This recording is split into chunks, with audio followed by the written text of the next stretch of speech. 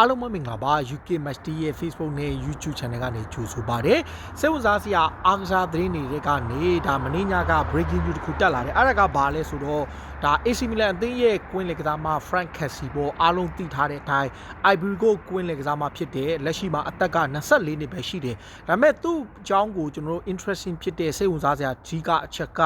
ရာသီကုန်မှာသူဟာအလွတ်ပြောင်းရွှေ့ခြင်းနဲ့ထွက်ခွာခွင့်ရမယ်ဆိုတဲ့အချက်ပဲအဲ့ဒီချက်ကြောင့်ပဲသူ့ကိုစိတ်ဝင်စားတယ်ကလပ်တွေတော်တော်များတယ်ဆိုတော့ AC Milan အသင်းကသူ့ကိုတက်တန်းတိုးဖို့လည်းလုပ်တယ်တကယ်လဲတက်တန်းတိုးဖို့ကန်လန်ခဲ့တယ်ဒါပေမဲ့ကစားမကိုယ်တိုင်က AC Milan ရဲ့စာချုပ်ကန်လန်မှု3ချိန်လုံးကိုပယ်ချလိုက်တယ်ပထမတစ်ချိန်ကန်လန်နဲ့ဒုတိယချိန်ကန်နဲ့တတိယအချိန်သို့လဆာတော်ပူတိုးပေးထားတယ်ဒါပေမဲ့သူကိုယ်တိုင်ကဘာလဲဆိုတော့အသင်းသစ်ကိုပြောင်းရွှေ့ခြင်းနဲ့နောက်မီလန်ရဲ့စာချုပ်သစ်ကိုညှင်းပြီးတော့ဒါဥရောပထိပ်တန်းလီတစ်ခုကိုပြောင်းခြင်းနဲ့ဆိုတော့ဒါလက်ရှိမှာတော့ Paris Saint-Germain ကသူ့ကိုလိုက်နေတယ်ဒါပေမဲ့ Gianluigi Donnarumma သွားတဲ့ PSG ကိုသူသွားဖို့တိတ်ဆိတ်ဝင်စားမှုမရှိဘူးလို့ဆိုထားတယ်ဂျာမန်ဘက်က Borussia Dortmund ရဲ့ Bayern Munich လိုအသင်းတွေကလည်းလိုက်တယ် Bayern ကတကယ်လို့သူ့ကိုရရင် Tolisso ကိုထွက်ခွာခွင့်ပေးမှာဖြစ်လို့ဒီ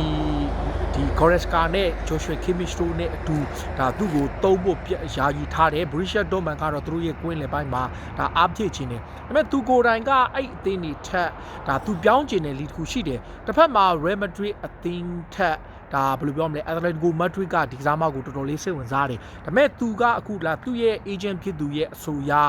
ဒါ Frank Kessie ဟာ Premier League ကိုပိုစိတ်ဝင်စားတယ်ဆိုတဲ့အကြောင်းကို90 minute သတင်းဂျာနယ်တစ်ခုမှာဒါဘယ်လိုပြောမလဲoutlet တစ်ခုကဖော်ပြထားတယ်90 minutes ဆိုတဲ့ဒါမီဒီယာကဖော်ပြချက်အရာ24နှစ်အရွယ်ရှိတဲ့ Ivory Coast ကွင်းလယ်ကစားမဟာသူ့ရဲ့ကစားမဘဝဒါအထူးဖြင့်မီလန်မှာစာချုပ်ကုံဆုံးမဲ့ရာသီကုန်မှာထွက်ခွာတဲ့အခါ Premier League ကိုဦးစားပေးရွေးချယ်ဖို့စဉ်းစားထားတယ်လို့ဆိုထားတယ်ဆိုတော့ Premier League ကိုသူလာမယ်ဆိုရင်ရောအောင်မြင်နိုင်ပါမလားတကယ်ကိုမမထန်ထန်ကစားနိုင်တယ်တကယ်ကိုကွင်းလယ်မှာလည်းအရေးပါတယ် penalty ဂိုးသွင်းသေးကြတယ်တစ်ဖက်မှာလည်းကစားအားကောင်းတဲ့သူ့လိုကစားမမျိုးကိုဒါ Premier League Club ကလည်းတော်တော်များများကိုလိုက်နေတာပါဒါအခုကျွန်တော်တို့ဒါဒီ BBC ရဲ့ဒါဒီ gossip post ထဲမှာဆိုရင် Manchester United နဲ့ Liverpool က target ထားတယ် Liverpool ကတော့အဓိက Gini Wijnaldum နေရာမှာအစားထိုးခေါ်ယူမဲ့သူကိုပြစ်မှတ်ထားပြီးတော့ခေါ်တယ်တစ်ဖက်ပါလဲ Manchester United ကလည်းဒါတစ်ဖက်က Declan Rice တို့နောက်တစ်ခေါက်က Calvin Phillips တို့လူကစားမတွေကို target ထားပေမဲ့လည်းအလွတ်ပြောင်းရွှေ့ခြင်းနဲ့ရမယ်သူ့ကိုလည်းစိတ်ဝင်စားနေတယ်နောက်တစ်ခုကတော့ဒါ Chelsea အသင်းပေါ့ Chelsea အသင်းကလည်းတကယ်လို့များ N'Golo Kante ကိုရောင်းချခဲ့မယ်ဆိုရင်အစားထိုးနိုင်မဲ့သူကိုယာထားလဲရှိတဲ့အတွက်ကြောင့်ဒါ Frank Kessie ဟာသူတို့အတွက်ပြစ်မှတ်တယောက်ဖြစ်သတ်မှတ်ထားသလိုနောက်တစ်သင်းကတော့ဒါဘယ်လိုမဲ့ Tottenham Hotspur နဲ့တစ်ဖက်က Arsenal အသင်းအပြင် Leicester City တောင်ပါတယ်ဆိုတော့ Spurs တင်းကတော့ဒါအထူးဖြင့် Anton Bailey ကိုသူတို့ထုတ်ချင်တယ်ဆိုတော့ Spurs ဘက်က Anton Bailey နဲ့ Frank Kessie ကိုဒဲလဲဖို့ထီကို AC Milan ကိုကန်လန်ထားတယ်ဒါပေမဲ့ AC Milan ဘက်ကဒါအပြောင်းရွှေ့အတွက်သူတို့လဲချင်တယ်ဒါပေမဲ့ကစားမကိုယ်တိုင်ကညှင်းထားတယ်ဘာကြောင့်လဲဆိုတော့သူစိတ်ကြိုက်ကလပ်တင်းတင်းကိုသူပြောင်းချင်တဲ့အတွက်မီလန်ရဲ့စာချုပ်တစ်ကိုတောင်ကညင်းဆန်ပယ်ချထားတဲ့အတွက်စောင်းရသည်မှာသူဘလို့မှထွက်မှာမဟုတ်ဘူးဆိုတော့ဒီချက်ကြောင့် Tottenham ကိုရောက်ဖို့ခက်လို့တစ်ဖက်က Arsenal အသင်းကလည်းခေါ်ချင်တယ် Arsenal ကခေါ်ချင်တဲ့အချက်ကဘာလဲဆိုတော့အဓိကလောလောဆယ်မှာဒီကစားမကဒါဒီခြေစွမ်းကို Arsenal သဘောကျပြီးကျွန်တော်မှတ်မှတ်ရလွန်ခဲ့တဲ့2နှစ်လောက်တည်းက Lucas Torreira ကိုခေါ်ဖို့လုပ်နေတဲ့အချိန်မှာတည်းကသူ့ကို Arsenal ကစိတ်ဝင်စားခဲ့ဘူးတယ်နောက်တရားဒီမှာလည်းသူသတင်းထွက်ခဲ့တယ် Arsenal နဲ့ဒါပေမဲ့ Arsenal ကထဲထဲဝင်မလိုက်ခဲ့ဘူးဒါ Frank Kessie ကိုဒါမှတ်မှတ်ရ Arsenal အသင်းကသူတို့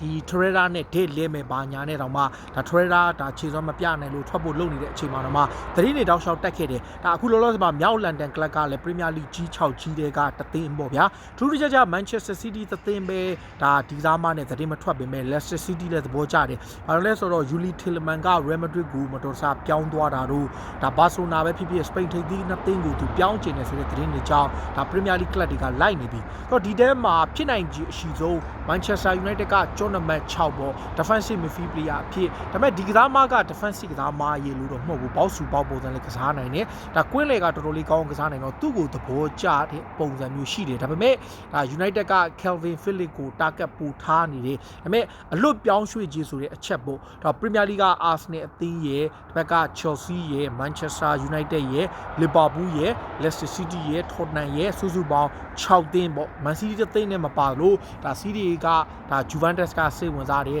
ဒါပြင်သစ်ကဆို Paris Saint-Germain Bayern Munich နဲ့ဒါ Borussia Dortmund Atletico Madrid တွေစိတ်ဝင်စားတယ်ဒါပေမဲ့ဒါ Frank Kessie အနေနဲ့ကြည့်တဲ့အခါတောင်းဒီသူတို့ရဲ့ Ivory Coast ကစားမတွေပို့ပြီးတော့များကစားနေတဲ့ Premier League ကိုသူသဘောကျတယ်အဲ့အတွက်ကြောင့် Wilfried Zaha လည်းရှိတယ်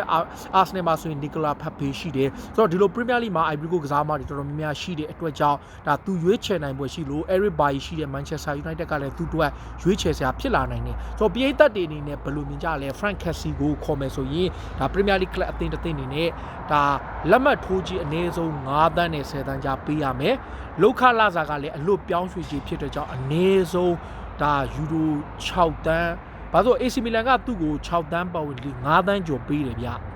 ဆို9 သန်း10 သန်းလောက်ပေးရမယ်အဲ့ဒါဆိုရင်တော့သူ့ကိုခေါ်နိုင်ပွဲရှိတယ်ဒါဘယ်အသင်းခေါ်နိုင်မလဲတော့မသိဘူးဒါပေးသက်တွေနေနဲ့ဘသူ့ကိုတိုင်ဆိုတော့ Arsenal ပေးသက်တွေနေနဲ့ရောသူ့ကိုကြိုက်လား Chelsea ကရောသူ့ကိုကြိုက်လား Liverpool ကရောဘယ်လိုမြင်လဲ Vinaldum နေရာမှာအစားထိုးမဲ့သူလို့ယုံကြည်လား Manchester United အနေနဲ့သူတို့လိုချင်တဲ့ကွင်းလေကစားမမျိုးလို့ဖြစ်တာဘက်က Leicester City တို့ Tottenham တို့ကရောဘယ်လိုမြင်ကြလဲကိုယ့်ရဲ့အမြင်လေးတွေကိုကိုယ့်မှတ်မှာဝင်ရောက်မှတ်ချက်ပေးကြပါအားလုံးကိုကျေးဇူးတင်ပါတယ်အရေးတော်ဘုံ